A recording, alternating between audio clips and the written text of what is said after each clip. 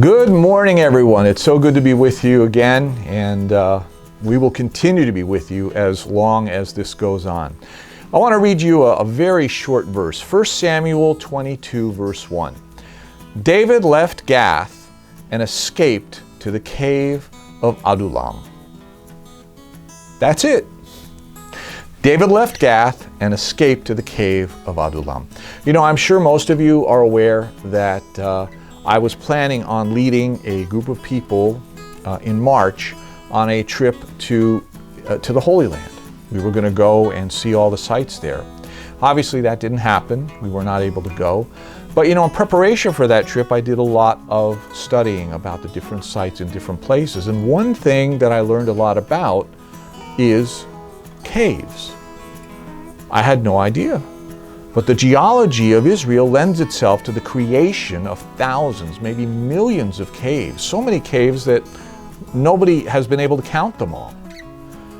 Some of them played a significant role in many of the stories in the Old Testament.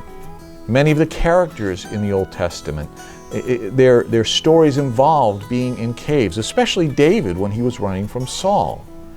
Now the cave of Adullam in particular is a massive cave that is now a national park in Israel. So if you want to go visit the cave of Adullam, you can go and you can see it. Now these caves are some of them are vast. They're huge and they have channels that go from one chamber to another, and one chamber can be as big as the other. It's amazing.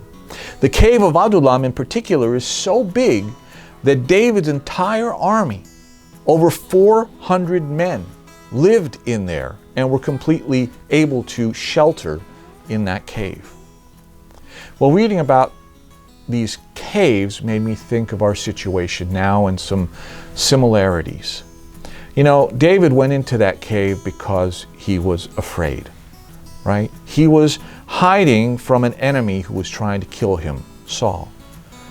We have now entered our caves, our homes, because there's an enemy trying to kill us. We're hiding in those caves in fear for our lives, even though at times we get bold and we say, oh, I'm not afraid. There's nothing to worry about. I'm young, or I'm strong, or I don't have any issues, so I can be fine. And yet we hear about friends or parents of friends who get the virus and who either struggle badly with it or even succumb to it. We hear of cases where younger people get the virus and have a very difficult time with it. Even though it's rare, it scares us. Or maybe we get scared not so much for ourselves, but we hear about other people who are more vulnerable than us, who get attacked by the virus. And we say, I'm afraid I might carry it to another person, and how I would feel terrible if that happened. So this fear is a very real thing. But in addition to the fear, one thing that impressed me about the caves as I read about them was everybody would describe just how dark it was in the cave. It's so dark, they would say, that you can't even see your hand in front of your face. You could walk right into a wall and not even see it coming. And, you know, I realize that we're having trouble too because we're in darkness.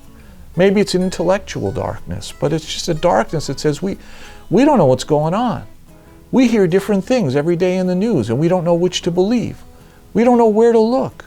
Projections we based decisions on a month ago seem to have been flawed, and now we have new projections. We don't know whether to believe them or not. Things we thought were facts yesterday are not true today.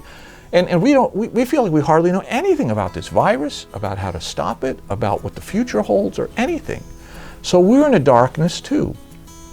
And then there's also the fact that many people talked about how going through these caves, they all had an opening and an exit, so they were more like tunnels. And you never know where the end of the tunnel is. When it's so dark, you're just walking and walking and walking, and you never feel like you're getting to the end of the tunnel. Even with a light, you can only see a few feet in front of you. And so there's this idea that the light at the end of the tunnel is such a powerful image, because in those caves, you're so scared and so claustrophobic, and then not being able to see the end, or in fact to look behind you and see the beginning of the tunnel, to know you're in the middle and not know where you are, it creates dread and fear. Well, again, I think we're in a similar situation.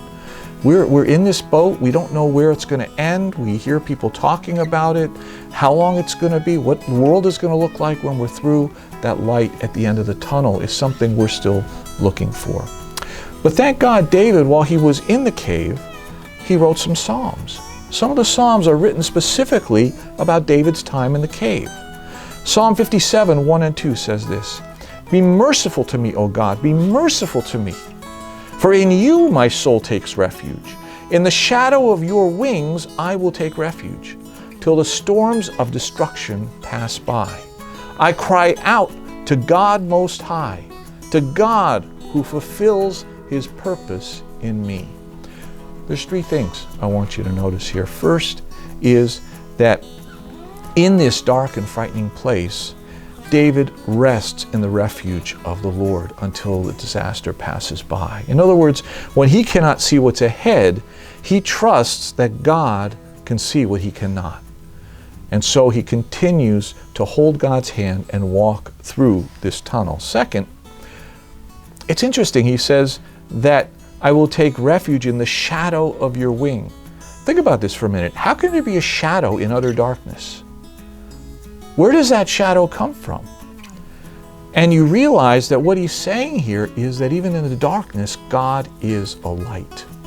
And in his light, his wing casts a shadow, even in the darkness, on us, that we can see his light because of the shadow. So God in our darkness comes to us and brings light, and we see it in that way. And finally, David finds comfort that God has purpose for him. He says, God who fulfills his purpose in me. And so that's a great feeling to know that whatever's happening to me, God has a purpose for me. So whatever's going on, I know God is in control. So I pray that in the midst of all this, we, like David, will take comfort in our caves, that we will understand that he is our shelter until this disaster passes, that his light will shine on us as we see it coming as the shadow over his wings, and that he has a purpose, he has a plan, and we may not understand it, but that plan is for our continued prosperity and goodwill, and he will strengthen us until that purpose is accomplished. God bless you. Have a great day and a great week. See you next Monday.